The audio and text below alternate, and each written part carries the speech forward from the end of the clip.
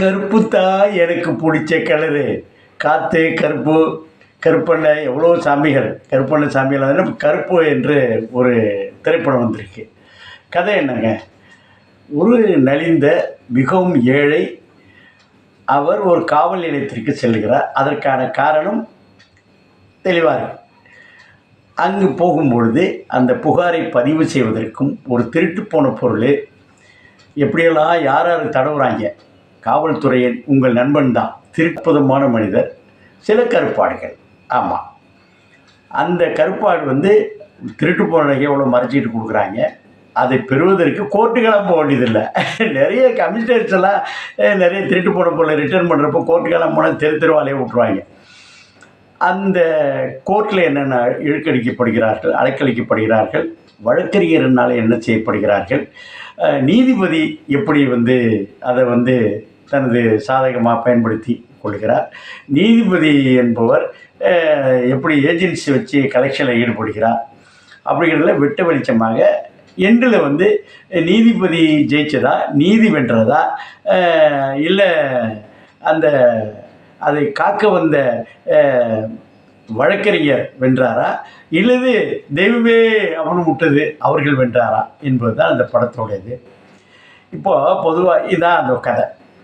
இதில் என்னாச்சுன்னா, சூர்யா அந்த வழக்கறிஞரை குறிப்பாக மதுரை வழக்கறிஞராக, அதனால தான் மதுரையிலலாம் ஆடியோ ரிலீஸ்லாம் வருகிறார். இவர் ஏற்கனவே ஜார்ஜி பாலாஜி. என்னங்க என்னது என்ன பாலாஜி பிச்சு போடுவாங்க, பிச்சு கோர்ட்டுக்கிட்டு ஒரு கேஸு முடிச்சுனா பார்த்துங்க. சரி இருக்கட்டும், அதுக்கெல்லாம் பார்த்தா முடியுமா தலைவா, பார்த்துக்கோம். இதில் என்னாச்சுன்னா, சமுதாயத்தில் 4 தூண்கள். ஒரு தூண் என்பது அரசியல் மற்றும் சட்டமன்றம், நாடாளுமன்றம், அதுதான் ஒரு தூண். 2வது தூண் அரசு நிர்வாகம், அது ஒரு நிர்வாகம் என்பது வரும். 3வது தூண் நீதிமன்றம். ஆமாம். 4வது தூண் நம்மளுக்கு தெரியும், நம்மளுடைய ஊடகம், பத்திரிகையாளர் வச்சுக்கோம்.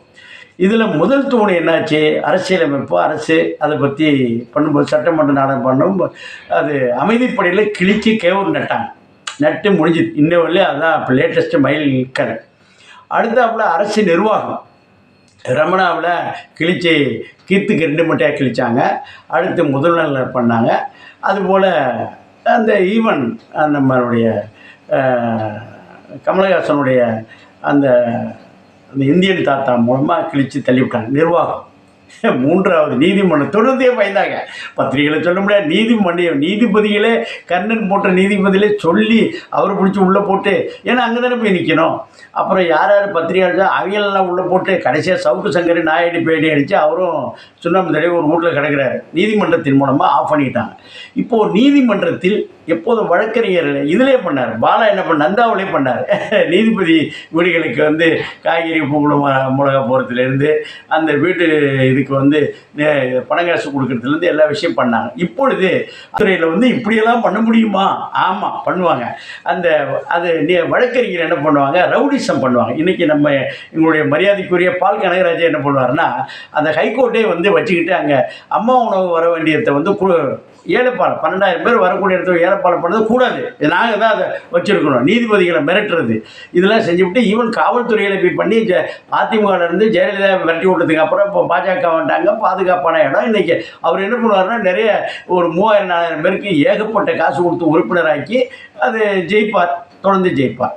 இதுதான் அதை கிழிச்சி கவுர் நட்டாரா, கீர்த்துக்கு 2 மட்டை ஆக்கினாரா, நாயடி பேடி அடித்தாராங்கிறத அது பார்க்கணும் ஆச்சரியம். இன்றைக்கி 200 கோடி ரூபாய் கலெக்ட் பண்ணியிருக்குன்னாக்கா அதோடைய மக்கள் எந்த அளவுக்கு அதில் பண்ணியிருக்கேன், அதில் ஈர்த்திருக்கிறான்னு தான் கணக்கு.